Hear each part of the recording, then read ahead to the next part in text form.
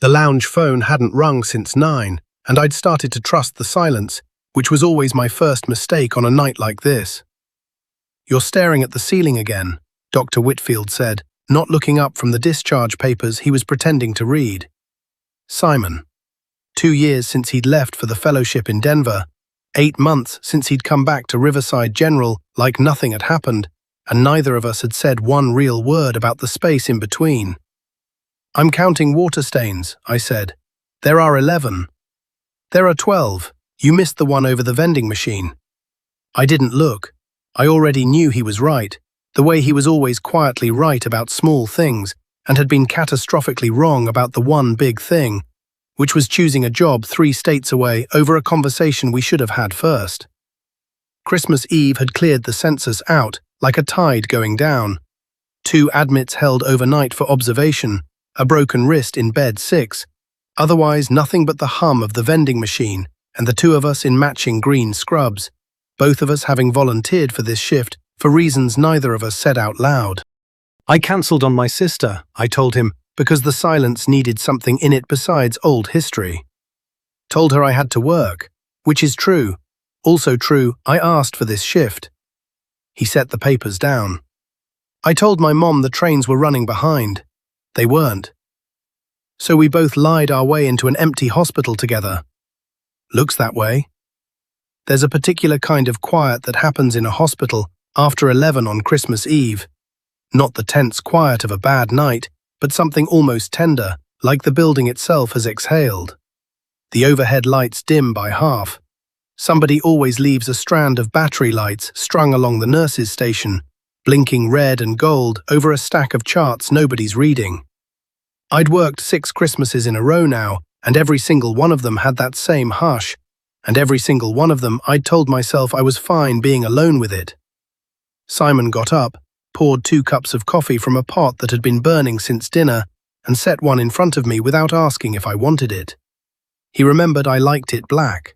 Small, dumb, devastating detail. "Can I say something you're not going to like?" he asked. "You're going to say it either way." I left because I panicked, not because of the fellowship.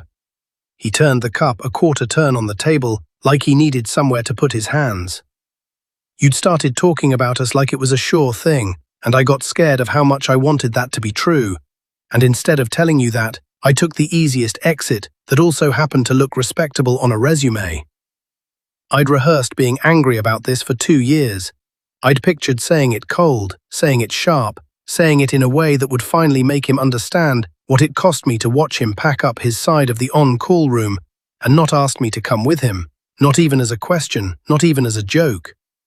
But sitting there under the blinking lights with the wrist X-ray glowing blue in the reading room down the hall, all that rehearsed anger just didn't show up. "You could have just said you were scared," I said instead. "I would have understood scared. I didn't understand silent." I know that now. Knowing it now doesn't undo the 2 Christmases I spent telling myself I was over it. "No," he agreed, "it doesn't. I think that's the part I keep turning over, even now, how somebody can be completely right to be hurt and still be sitting across a table wanting, against every ounce of good sense, to reach for the person who hurt them. Is that weakness, or is that just what real forgiveness costs? I honestly don't know. I've asked myself that more times than I'd like to admit, usually at 3 in the morning, usually on shifts exactly like this one. The overhead paged a code to the ER, not ours, and we both went still out of instinct before the second announcement clarified it was resolved, false alarm, patient stable. My heart was still going when Simon reached over and put his hand flat on the table, palm up, not grabbing mine, just offering it, the way you'd offer something breakable to someone who might not want to take it yet. "I'm not asking you to forget it," he said. "I'm asking if there's room to start over. Slow, however slow you need." Bed 6's wrist patient buzzed the call light down the hall, and I got up to answer it, because that's the job. That's always the job, feelings or no feelings. And I left his hand there on the table empty while I went to do my rounds. It took 11 minutes to reset a sling and reassure a 19-year-old that yes, it would heal in time for baseball season. 11 minutes to decide what I actually believed, instead of what I'd been telling myself for 2 years to survive believing it. When I came back, the coffee had gone cold and his hand was still there, like he hadn't moved it the whole time, which was either the most patient thing I'd ever seen or mildly unhinged. And honestly, from Simon, it could have been both. I sat back down. I put my hand in his. "Slow," I said. "Starting tonight doesn't count as slow, by the way. It counts as tonight. We talk about slow tomorrow." I can live with that. Midnight came and went, somewhere in there, marked by nothing but the break room clock ticking over and a distant, tinny chorus of Silent Night drifting up from the lobby radio that nobody had turned off. Neither of us said Merry Christmas out loud. It didn't feel like it needed saying. I keep thinking about how close I came to trading this shift away, how I'd almost let Priya from Days take it off my hands back in November, before something, stubbornness, hope, I still can't decide which, made me hang on to it instead.